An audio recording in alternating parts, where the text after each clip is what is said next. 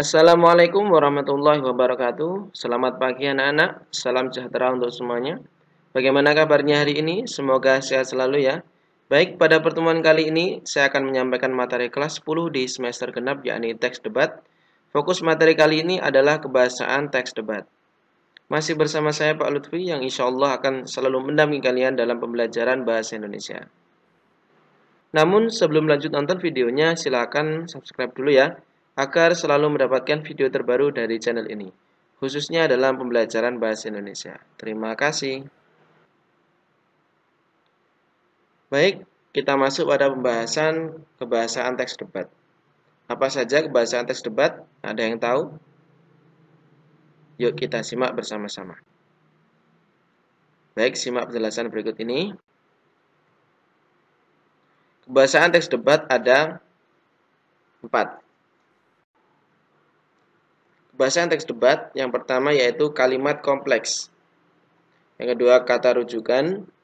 Yang ketiga kata hubung. Dan yang keempat pilihan kata. Baik, yang pertama yaitu kalimat kompleks. Apa itu kalimat kompleks? Kalimat yang memiliki lebih dari satu struktur dan satu verba. Verba yaitu kata kerja. Contohnya, dewasa ini bahasa Indonesia terus berkembang dan mulai diakui sebagai bahasa internasional. Ya, jadi di kebahasaan yang pertama yaitu kalimat kompleks. Tentu di kebahasaan atau kebahasaan di teks sebelumnya tentu sudah membahas kalimat kompleks.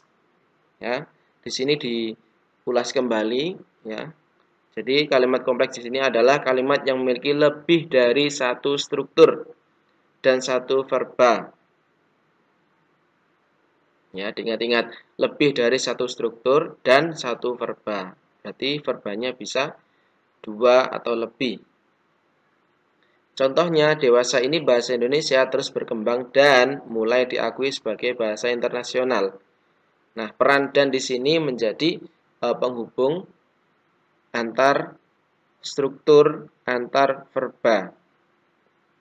Ya, jadi indikator dari kalimat kompleks adanya kata hubung yang menghubungkan kedua struktur atau kedua klausa.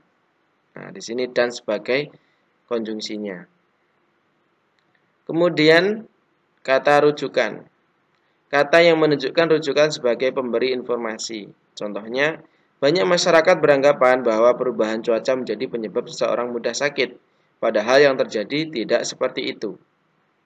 Nah, itu di sini menjadi kata rujukan pada informasi sebelumnya. Ya, jadi kata rujukan di sini digunakan untuk memberikan informasi ya pada informasi sebelumnya. Contohnya, sekali lagi saya sampaikan, banyak masyarakat beranggapan bahwa perubahan cuaca menjadi penyebab seseorang mudah sakit, padahal yang terjadi tidak seperti itu. Nah, itu di sini sebagai rujukan pada informasi sebelumnya. Informasi sebelumnya apa?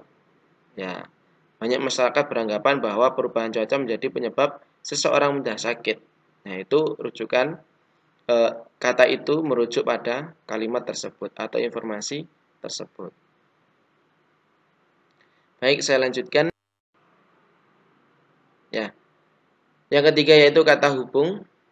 Ya, tentu sudah tidak asing dengan kata hubung karena pada pokok pembahasan kebahasaan di teks-teks sebelumnya sudah ada.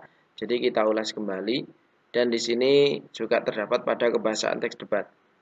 Kata yang berfungsi untuk menghubungkan kata dengan kata, kata dengan kalimat, kalimat dengan kalimat dan sebagainya. Sebagainya ini bisa paragraf dengan paragraf. Ya, jadi di sini kata yang berfungsi untuk menghubungkan kata dengan kata, kata dengan kalimat, kalimat dengan kalimat dan sebagainya. Ini contohnya pada bahasa yang pertama tadi ya, kalimat kompleks.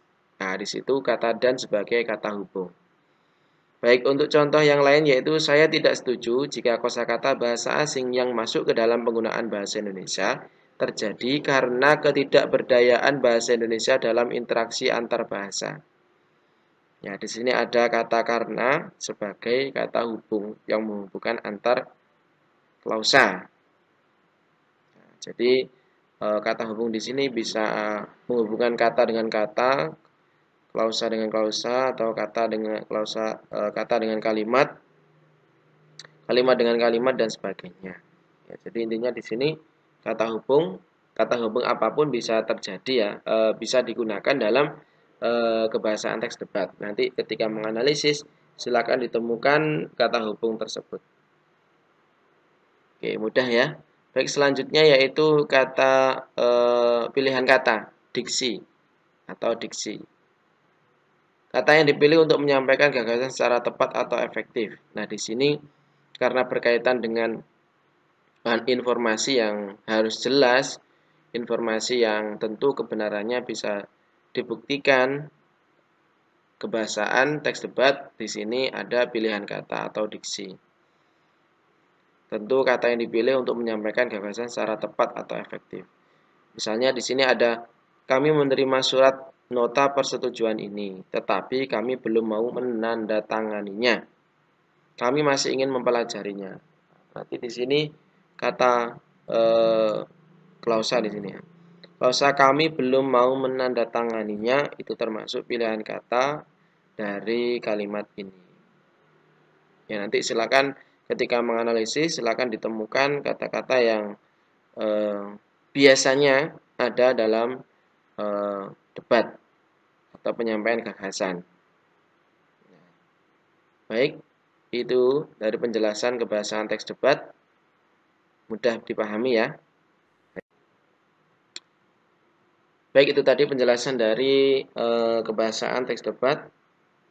Coba kita ulas sekilas terkait kebahasaan teks debat. Yang pertama kalimat kompleks, ya, kalimat yang terdiri atas dua struktur atau lebih dan dua verba atau lebih.